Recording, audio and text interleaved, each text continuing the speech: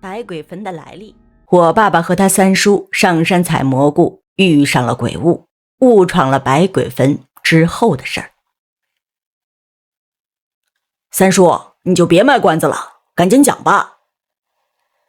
我那时候啊也还小，这事儿记得不那么瓷实了。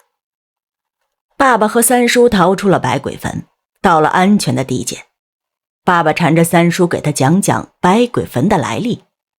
三叔回忆了一下，因为是他小时候发生的事，一切是他亲眼所见，一些是他听来的。那时还是兵荒马乱的年月，常年的军阀混战，百姓苦不堪言。可比军阀更可恨的是，那便是土匪。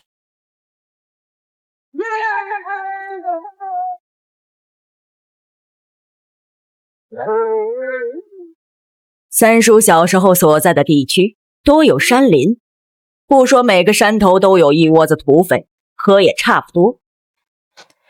那些个土匪趁着战乱占山为王，隔三差五的下山进村抢掠，见东西就抢，有敢反抗的就杀。其中最是穷凶极恶的一伙是棒槌山上的杨老三一伙，这伙土匪最是凶残。一般的土匪也多为穷苦人，无路可走才做了土匪，进村抢掠一般不会赶尽杀绝。可杨老三这伙人则不同，个顶个的都是做过奸犯作奸犯科的穷凶极恶之徒。啥呀这是？所到之处可谓是尸横遍野，杀人掠财，奸淫纵火，无所不用其极。为首的杨老三更是狠毒之极，抬手就杀人，举手就要命。他手底下还有个二当家，这二当家少了一只耳朵，也是个杀人不眨眼的魔头。官府也曾出兵剿过匪，但都伤亡惨重，无功而返。马步要扎稳，出拳要有力。你这拳打得像个娘们一样，土匪来了你怎么和他打？杨老三一伙虽然狠毒，却唯独有一个村子他们不敢去惊扰，那就是傅家村。只因为村里有一个名叫傅大龙的人，据说他当年对杨老三有恩，再加上他本身就有些功夫，没事便带村民习拳练脚，各路土匪几乎不到他们所在的村子骚扰。而傅大龙守着一方平安，也深受村民的爱戴。傅大哥好啊！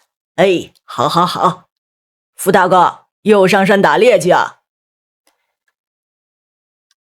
单说那一日，傅大龙像平日一样上山打猎。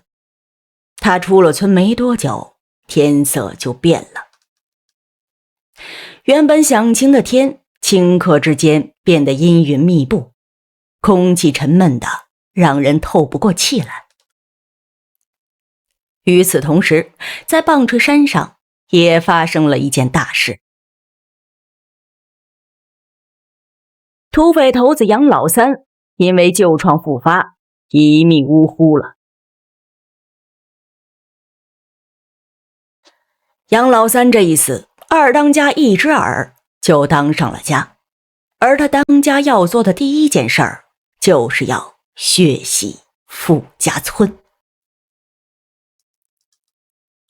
杨老三一死，一只耳连后事都没料理，就带着一众手下直奔傅家村。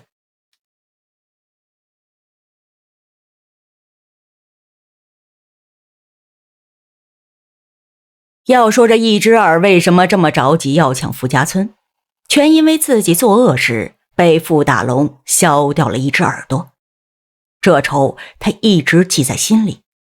如果不是杨老三一直阻止，他早就带人上门寻仇了。那一天，傅家村又是雷鸣又是枪声，还夹带着村民哭天抢地的惨叫声。傅家村淹没在一片茫茫的火海之中。再说另一边的傅大龙，在山上转悠了大半天，没见到什么大的猎物，只打了几只山鸡野兔。他也说不上来为什么，心里总是感觉有事要发生。他扛着猎物下了山，远远的就看见傅家村的火光。啊！这一惨景对傅大龙来说，犹如晴天霹雳一般。他千怕万怕的事儿，终于还是发生了。傅大龙丢下猎物，拼了命的往山下跑。可等他进了村子，土匪早就跑光了。而村里的都是一片凄惨的景象。娘，秀英，栓子！傅大龙此时也顾不得别人，他飞步地跑回了家中。家里的房屋已经淹没在了火海之中。他声嘶力竭地呼唤着家人的名字，却没得到半点回应。情急之下，他不顾安危，冒着大火冲进了屋子。可一迈进屋里，眼前的景象却让他几乎把眼角瞪裂了。傅大龙的老母亲被杀死在了炕上，他的媳妇和儿子也惨死在了地上。傅大龙抱着妻儿老母的尸身，嚎啕的大哭。一夜的大雨浇灭了村里的大火，傅大龙埋葬了一家老小，跪在坟前痛哭不止，只哭到眼里流出来的不是泪，而是血。傅大龙跪在亲人的坟前，7天7夜水米未进。第8天的时候，他抓起了鬼头大刀。只身一人上了棒槌山，找土匪为亲人报仇。此时的傅大龙脑子里只有一个念头：复仇。他冲进土匪的山寨，见一个土匪杀一个土匪，犹如天神下凡一般，挥舞着手里的大刀，直杀的土匪哭爹喊娘，哀嚎一片。偷偷开心啊，为什么要偷偷的呀？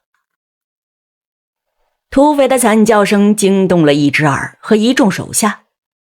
一只耳趁傅大龙不备的时候，在他身后连开2枪，把傅大龙打了个对穿。中了枪的傅大龙全然没有半点反应，瞪着一双眼睛，恶狠狠地盯着一只耳，提着大刀冲了上去。一众土匪人多势众，又都有枪，也没拿傅大龙当成一回事，狞笑着向傅大龙齐射。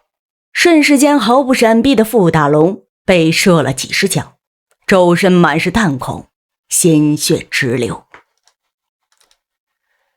可就算他身中数十枪，血流满地，却也没有倒下。去，把他给老子碎尸万段！一只耳打光了子弹，而傅大龙却还站在那里。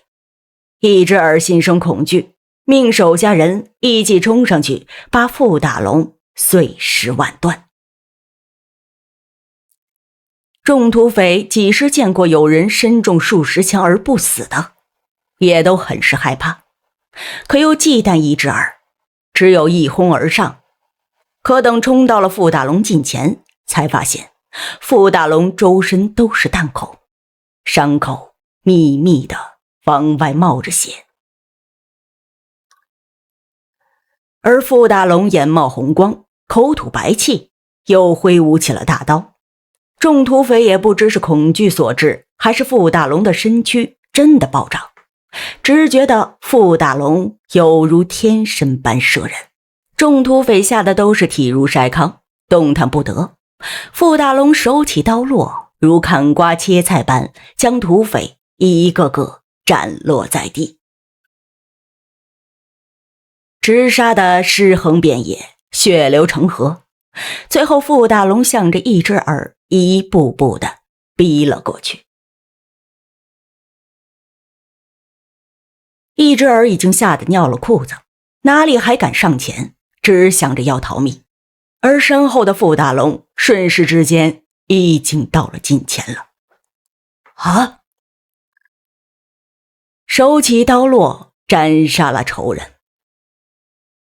那一天傅大龙一直杀到了天黑，把所有的土匪给赶尽杀绝了。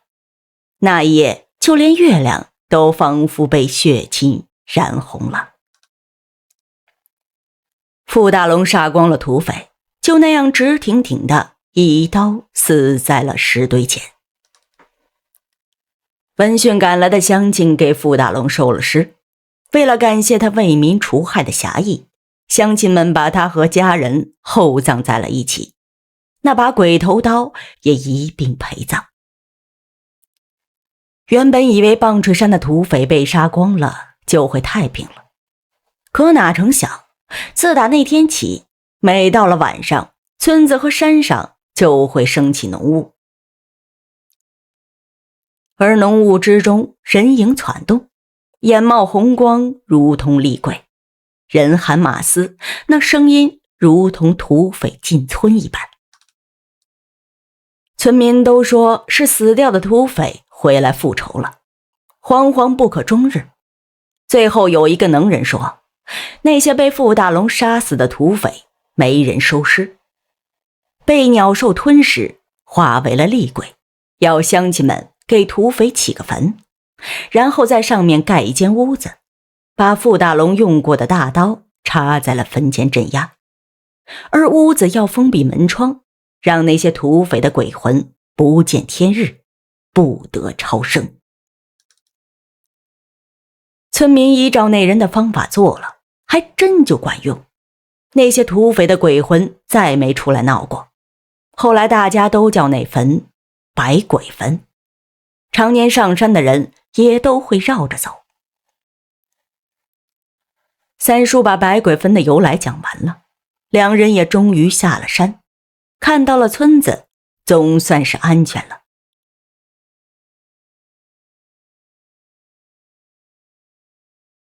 可能那次经历给爸爸留下了阴影，他时常跟我说，山林中除了豺狼猛兽，还有一些更可怕的东西。呸！